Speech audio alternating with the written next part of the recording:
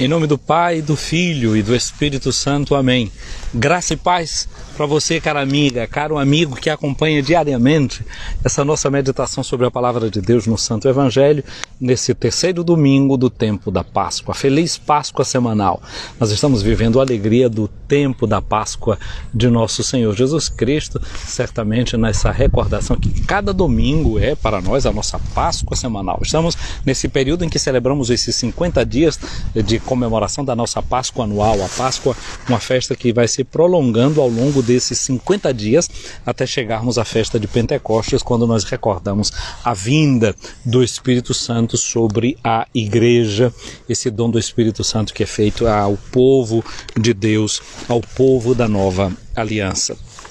Cada domingo, portanto, é o dia dessa santa memória do que aconteceu naquele domingo de Páscoa. E hoje, exatamente, a palavra de Deus que nós encontramos no Santo Evangelho nos fala do que aconteceu no dia da Páscoa, na tardinha do dia da Páscoa. Nós relembramos esse texto do capítulo 24 de Lucas, que a liturgia nos oferece no dia de hoje, versículos de 35 a 48. Esse texto já foi lido ao início dessa história, na tarde do domingo da ressurreição. Nós já o lemos também durante a oitava da Páscoa, e hoje a liturgia põe de novo esse capítulo 24 do Evangelho de Lucas, bem agora no seu finalzinho. Ele põe de novo diante dos nossos olhos, põe de novo nas nossas mãos esse texto da Sagrada Escritura. A primeira parte da cena nós já conhecemos, ela já aconteceu, e ouvimos a segunda parte do que aconteceu. E qual foi a primeira parte? A primeira parte é que dois discípulos, eles vão caminhando da cidade de Jerusalém, retornam para o povoado deles, que se chama Emaús. Emaús, na língua hebraica, é um lugar que significa águas termais, águas quentes, é o que o nome significa. E é um lugar que não é muito famoso dentro da própria Bíblia.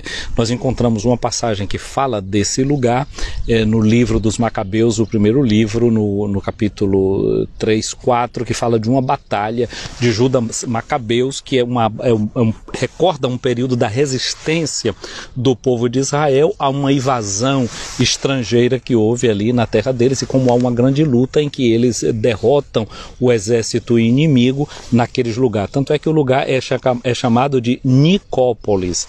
Nike em grego significa vitória. Nike se escreve N-I-K-E. Você sabe, né? Tem umas marcas de tênis, de roupa, que escreve justamente com essas 4 letras, só que a gente diz um outro nome. Fala como se fosse uma palavra inglesa e diz assim, Nike. Nike em grego significa vitória, não é? A vitória de uma batalha, e justamente a vitória que aquele lugar queria dizer era a vitória sobre um exército inimigo. No nosso caso, nós celebramos essa vitória lembrando a própria vitória do povo de Deus. Então aquele lugar, Emaús, é um lugar que na memória do povo de Israel fala de uma batalha, de uma luta, de um lugar em que traz para o povo essa certeza: o povo venceu.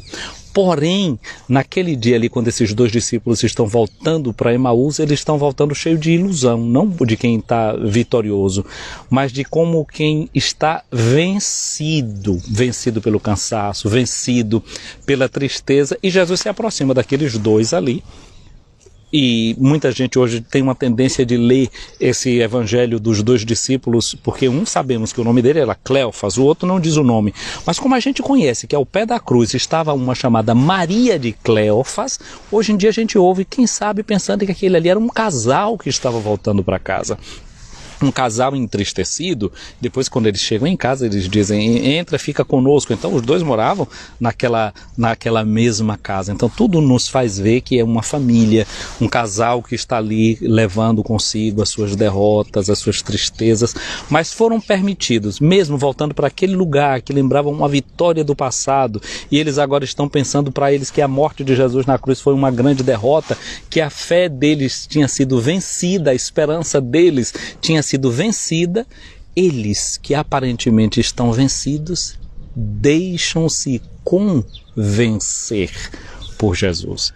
Entram na vitória de Jesus, na lógica de Jesus, no raciocínio de Jesus. Mudam de mentalidade, convertem o pensamento. Em grego, conversão se diz metanoia. metanoia. Noia vem de Noé, pensamento.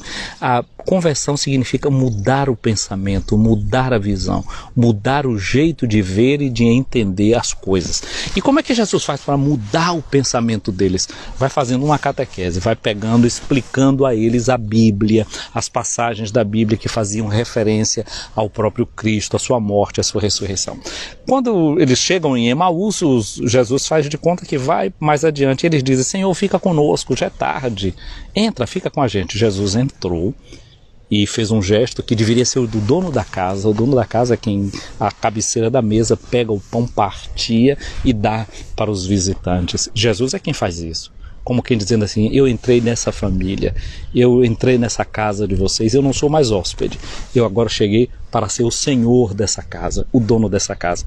Que tal hoje você também deixar Jesus ser o dono da casa, permitir que ele seja aquele que se senta na cabeceira e pegue o pão que você conseguiu com o suor do seu trabalho e coloque nas mãos de Jesus para que ele faça Eucaristia, para que ele bendiga a Deus. Esse gesto do partir o pão é justamente para nós todos a lembrança daquilo que acontece a cada domingo e a cada dia quando a gente celebra a Eucaristia. O pão é repartido, o pão é abençoado, a nossa vida é abençoada, ou seja, a gente olha para a vida da gente não dizendo que a nossa vida é maldita, né? Tem gente que olha para o salário que ganha, diz: esse maldito salário. Não, bendito, bendito porque a gente suou para tê-lo, porque a gente sofreu para consegui-lo. Abençoar a nossa história, abençoar a nossa vida, ou seja, dizer bem das coisas que vão acontecendo com a gente e enxergar o bem que está ali presente. Então, Jesus abençoa toda aquela história, bendiz toda aquela história, a enxerga com toda a sua profundidade. Quando Jesus pega o pão e faz esse gesto,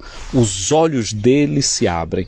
Então esse é o trabalho que Jesus faz sempre para a gente, de abrir o nosso coração, aquecer o nosso coração com a Escritura e abrir os nossos olhos partindo do pão. Quando Jesus fez esse gesto, ficou invisível diante dos olhos dele, eles não enxergaram mais Jesus. Pois bem, hoje em dia, cada vez que a gente vai à missa, Jesus parte o pão no meio da comunidade para abrir os nossos olhos e a gente enxergá-lo presente. Quando eles viram isso que aconteceu, um disse para o outro: mas não é verdade que o nosso coração estava inflamado, estava ardendo quando ele ensinava para a gente as Escrituras? E voltaram correndo para Jerusalém, chegaram em Jerusalém para dizer para os outros. E aí é o texto que a liturgia nos apresenta nesse domingo. Lucas, no capítulo 24, versículo de 35 a 48, diz assim: os 2 discípulos contaram o que tinha acontecido no caminho.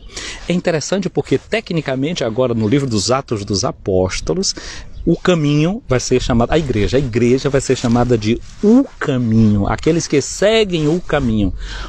É isso, a igreja. Então, quando a gente começa a narrar o que acontece na igreja, o que acontece na nossa vida de comunidade, o que acontece no nosso caminho de fé, não é? O que é que acontece? A gente reconhece Jesus, não é, que parte para nós o pão, que parte conosco a sua vida. Quando eles estão contando isso para os 11, o próprio Jesus apareceu no meio deles. Sempre que a gente fala de Jesus, que a gente narra para os outros, que a gente conta aquilo que acontece no nosso caminho de fé, Jesus se aproxima. Jesus se aproximou e o que foi que Jesus fez? Os saúda dizendo assim: Shalom. Shalom. Shalom significa a paz esteja com você. E é isso também que eu quero desejar para você, minha amiga, para você, meu amigo. Eu sempre começo a meditação nossa dizendo para você, né? Graça e paz.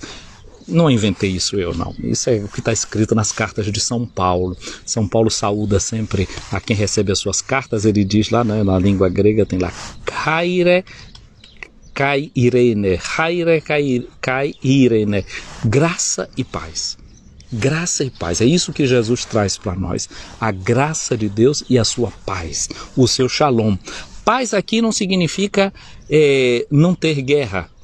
Simplesmente, não é a ausência da guerra. Por exemplo, se tem uma pessoa que está brigando com a outra, você chega lá, desarma a pessoa, tirou a faca da mão de outro, tirou o facão da mão da outra. Estão em paz, só porque estão desarmados? Assim como não tem paz só porque alguém está desarmada, não existe segurança só porque alguém está armado. Nós sabemos que uma sociedade toda armada não significa que tem paz na sociedade. Como também uma sociedade toda desarmada não significa que, como está toda armada, não significa que tenha segurança. Não significa que desarmada, sem a arma na mão, tenha paz. Porque a paz vai para além disso. A paz é uma realidade de comunhão uns com os outros. Mais do que tirar a arma da mão de um, da mão do outro, é preciso que o coração entre na comunhão com o outro, na sintonia com o outro, numa relação com o outro. E é isso que Jesus traz para nós, é isso, essa paz que vem de Deus, esse perdão que também vem da parte de Deus. Nós vamos chegar já já a esse ponto. Então a paz que Jesus traz é isso. Então quando ele chega ali e se mostra a ele que foi crucificado, dizendo a paz, ele está dizendo: eu não vim aqui como ressuscitado para cobrar vingança pela morte que eu recebi. Jesus não está preso ao passado, assim como os 2 discípulos de Emaús talvez estivessem presos a um passado da vitória daquele lugar e tinham esperanças messiânicas, triunfalistas em relação a Jesus, uma visão do passado aplicada a Jesus. Jesus também vem mostrar que ele ressuscitado não vem cobrar pelos pecados e pelos erros do passado. Ele oferece de fato um tempo novo, muda uma mentalidade. Não só tirar as armas da violência da nossa mão, mas oferece de fato um tempo novo. A paz esteja convosco. O que é que aconteceu com os discípulos? Eles ficaram assustados e cheios de medo. Não podiam acreditar naquilo que eles estavam vendo. Eles pensaram que estavam vendo era um fantasma. Claro, se fosse o fantasma de Jesus, eles tinham medo. Nós corremos todos, nós fugimos, nós não ficamos com ele. Tinham medo. Então Jesus diz para eles, não é paz, que eles não precisavam ter medo. E Jesus faz uma pergunta: por que estáis preocupados? Qual é a preocupação que eles tinham no coração deles? Por que tendes estas dúvidas no coração? Dúvida, ali a palavra grega que está é dialogismos, dialogar. Eles ficam ali pensando com eles mesmos. Em vez de interagirem com Jesus, eles estão presos naqueles pensamentos deles. Estão conversando com eles mesmos, com os pensamentos deles, levantando as questões deles. E Jesus quer justamente provocar em nós possibilidade de diálogo com ele. E aí Jesus mostra as suas mãos e os seus pés e diz: olhem para isso aqui, sou eu mesmo. Aquela marca dos pregos nas mãos de Jesus, nos pés de Jesus, no seu lado, é o preço do amor dele por nós. A cruz, vai dizer Santo Agostinho, crux clavis.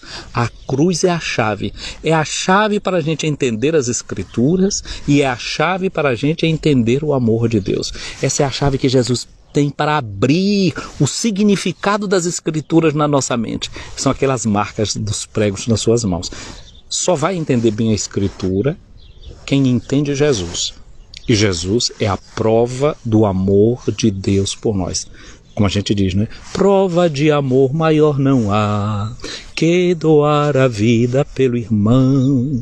Prova de amor maior não há que doar a vida pelo irmão. Aquela é a prova do amor. Deus amou tanto o mundo que deu seu Filho para todo que nele crê, não pereça, mas tenha a vida eterna. Depois Jesus disse: sou eu mesmo, tocai em mim e vede. Um fantasma não tem carne, não tem ossos, como estás vendo que eu tenho. A prova que Jesus dá de que ele é carne e osso, é gente. Não é? São Paulo vai falar, não é, de que o Cristo, que nós como ressuscitados vamos ter um corpo glorioso. Isso que os gregos não podiam entender, né? Que para eles a coisa mais importante que o homem tem, a essência do homem é a sua alma. E tem gente que ainda pensa assim hoje, né? Que a gente tem que salvar a nossa alma, que o mais importante é a alma. Não, o corpo é chamado a entrar na glória de Deus. Nós vamos ter com a ressurreição um corpo glorificado. Então Jesus quer dar a prova de que ele ressuscitou, podia dar a prova de que era ele que estava ali, vitorioso, glorioso. Ele podia pegar, por exemplo, a mão dele, né, enfiar assim por dentro da mesa, tirar de um lado para o outro, enfiar na parede, tirar de novo. Não, Jesus não faz nada disso não. Você diz: toca aqui, toque em mim, tocar. Veja que eu sou carne como vocês.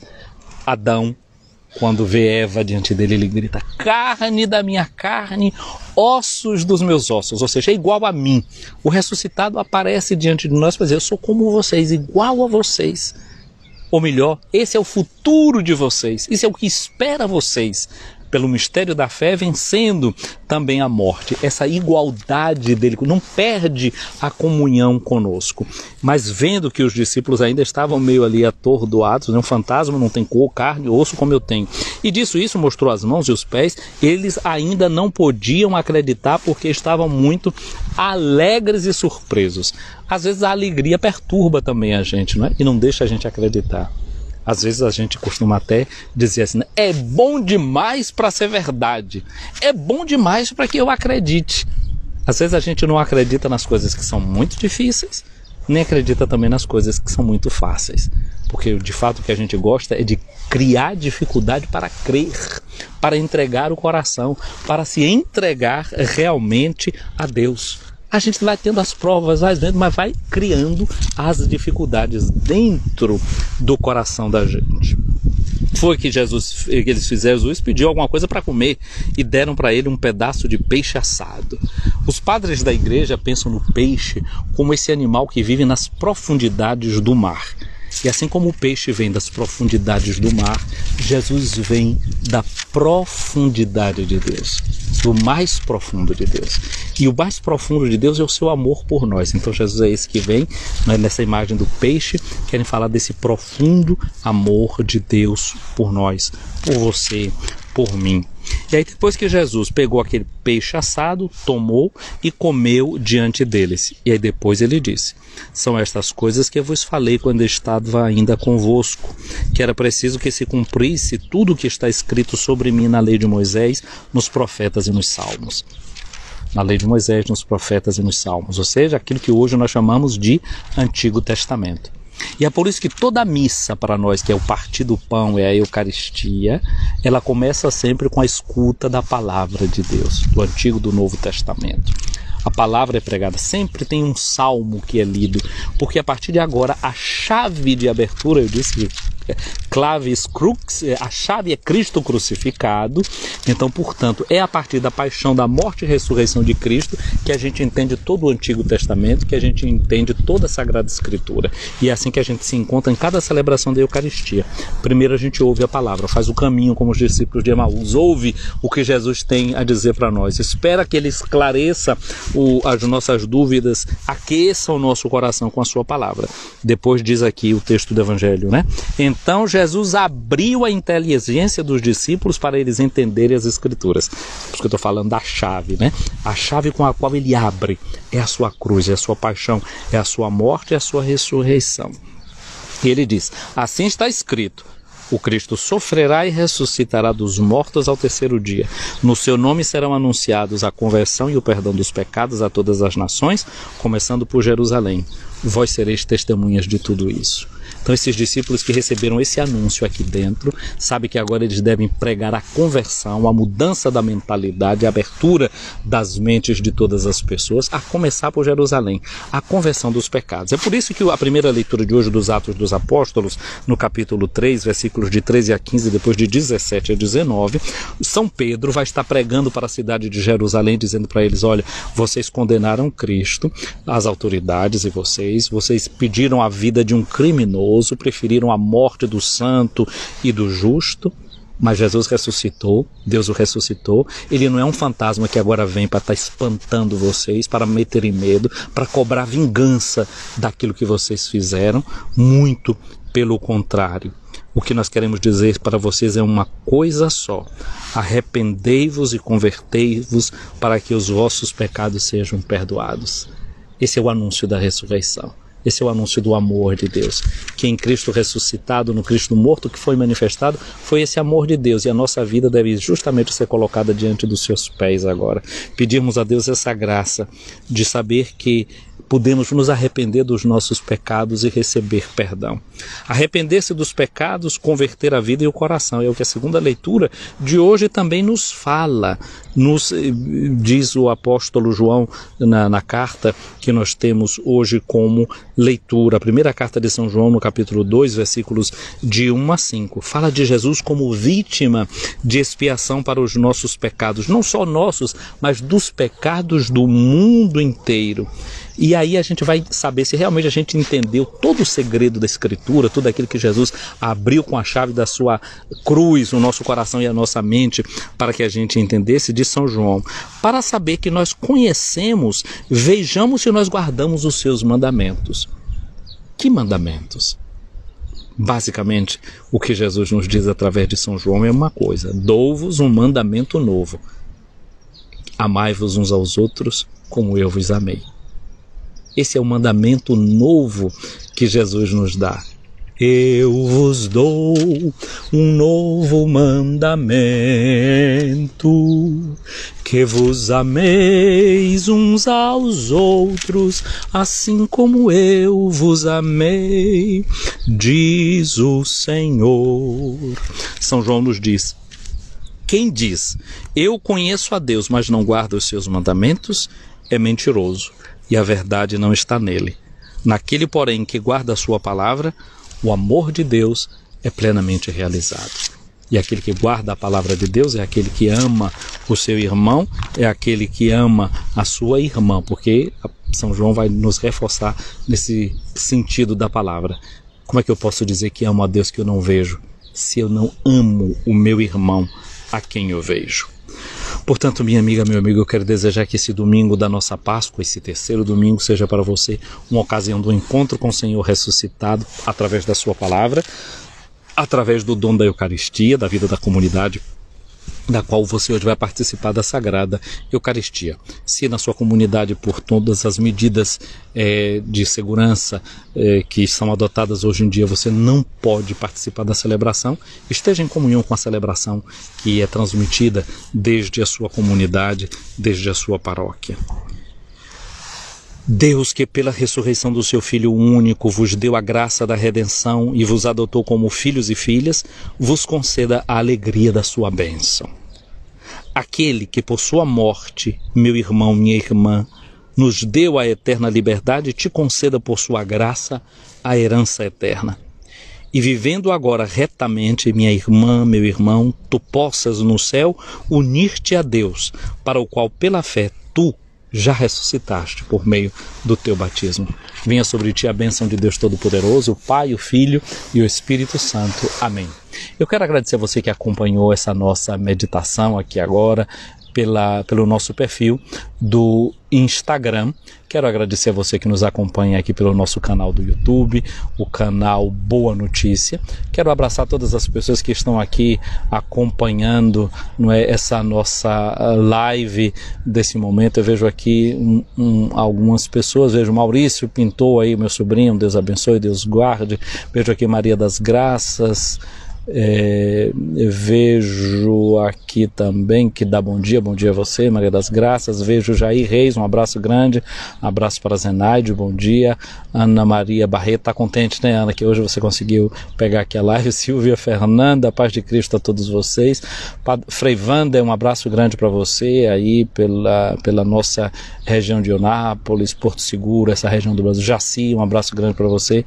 Netcor, um abraço, muito obrigado. Aí do Brasil, bom dia, né? Mas para mim aqui realmente, Net, já é boa tarde. Mima Costa, um abraço grande.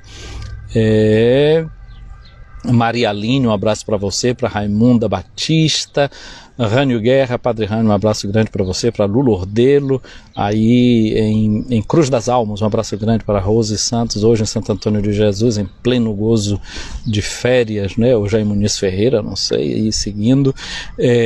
Vejo aqui, que mais? Rosa Santos, me parece que sim, que essa sua Vânia aí de Santo Antônio de Jesus também. Um santo domingo para todos vocês, um dia abençoado. Raimunda Batista aí em Salvador, na capital baiana. Um abraço grande, portanto, a cada um de vocês que acompanhando essa nossa live no dia de hoje. De Nea Flores também entrando aqui agora. Um abraço grande, um santo e feliz domingo. que a Páscoa do Senhor seja perene em nossa vida, seja perene em nossa existência. Um abraço grande também para todas vocês aí que são de Amargosa, né? Que ontem, no dia 17, a nossa Igreja Catedral começou a sua novena em honra de Nossa Senhora do Bom Conselho, é a padroeira da nossa diocese. Que a gente possa realmente conservar no coração esse conselho que Maria nos deu, né? Lá em Amargosa a gente costuma sempre cantar, não é?